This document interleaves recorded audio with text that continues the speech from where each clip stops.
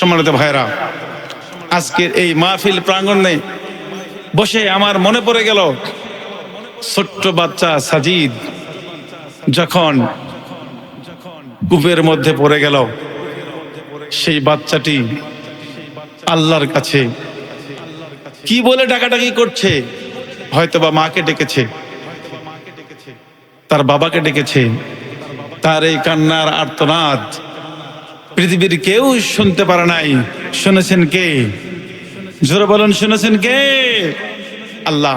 আল্লাহ, তুমি ছোট্ট শিশু সাজিদকে তুমি জান্নাতের পাখি হিসেবে কবুল করে নাও, বলি আল্লাহুম্মা আমিন। আরো স্মরণ করছি গাইবান্ধার এক তরুণ বক্তা, প্রিয় ভাই, মাহফিলে কথা বলতে বলতে তিনি আল্লাহর ডাকে সাড়া দিয়েছেন। রব্বুল আলামিন, তুমি এই কোরআন প্রেমিক ভাইটিকে জান্নাতের উচ্চ মাকাম তুমি দান করে দাও, বলি আল্লাহুম্মা আমিন। আরো স্মরণ করছি তরুণ রাজনীতিবিদ, ফ্যাসিস্ট হটাও আন্দোলনের মুখপাত্র ওসমান হাদিকে যারা গুলি করে হাসপাতালে রেখে দিয়েছে, ওই সমস্ত প্রেতাত্মারা যেন বাংলার জমিনে আর যেন মাথা চাড়া না দিতে পারে, সেই জন্য আমরা তাদের বিরুদ্ধে তীব্র ঘৃণা করছি। কথা বলেন ঠিক কিনা? আমরা দোয়া করছি, আল্লাহ তুমি ওসমান হাদির হায়াত তুমি বৃদ্ধি করে দাও। দেশের কল্যাণের জন্য ছেলেটিকে দেখে মনে হয় তিনি একজন আস্তিক, আল্লাহ ভীরু, আল্লাহ ভক্ত একটি ছেলে। আল্লাহ তুমি এই ছেলের হায়াত বৃদ্ধি করে দাও, সুজলা সুফলা শস্য শ্যামলা বাংলাদেশের জন্য তুমি একটি সৎ ন্যায় নিষ্ঠাবান নেতা হিসেবে তুমি কবুল করো। সকলেই পড়ি আল্লাহুম্মা আমিন। সম্মানিত ভাইরা, কোরআনুল কারীমের মাহফিলে আপনারা এসেছেন, এখানে খুশি না বেজার? আল্লাহ রাব্বুল আলামিন আপনাদেরকে অসংখ্য মানুষের কাছ থেকে বাছাই করে নিয়ে আপনাদেরকে মহান রব জান্নাতুল বাগিচার বাগানে বসায় দিয়েছেন। এই জন্য আল্লাহর শুকরিয়া আদায় করার দরকার আছে না নাই?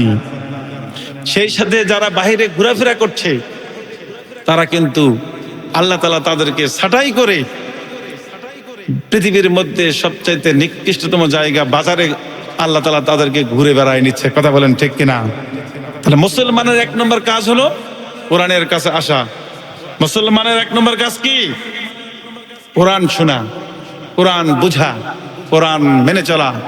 আর শয়তানের এক নম্বর কাজ হলো কোরআন থেকে দূরে সরে নেওয়ার কাজই হলো শয়তানের কাজ। আজকে যারা বাজারে ঘুরেফেরা করছেন, নিশ্চিত মনে করেন তারা শয়তানের কাজ করছেন। আর যারা এখানে বসেছেন, আমি নিশ্চিত মনে করি শয়তান পরাজিত হয়েছে, আপনারা বিজয়ী লাভ করেছেন। কথা বলেন ঠিক কিনা? এই জন্য বলি আল্লাহু আকবার। আসুন কোরআন থেকে কথা শুনি, যাদের জানা আছে আমার সঙ্গে পড়ুন। আউযু বিল্লাহি মিনাশ শাইতানির রাজিম। বিসমিল্লাহির রাহমানির রাহিম। إنا عرضنا الأمانة على السماوات والأرض والجبال فأبين أن يحملنها وأشفقن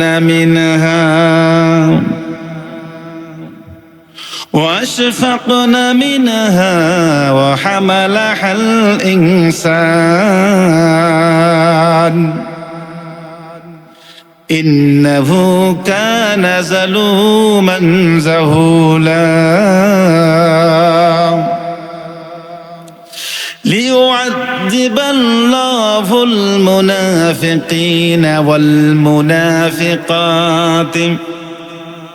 والمنافقات والمشركين والمشركات ويتوب الله على المؤمنين والمؤمنات وكان الله غفورا رحيما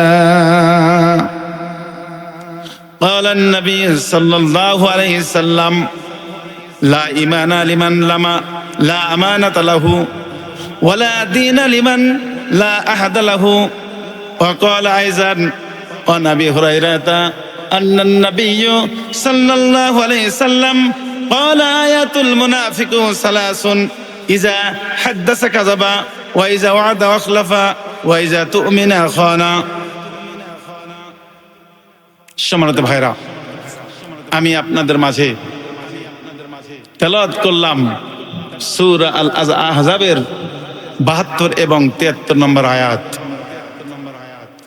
আল্লাহ রাব্বুল আলামিন এই আয়াতে কি বলেছেন আমরা এর অর্থগুলো একটু জেনে নেই, ঠিক কিনা বলুন?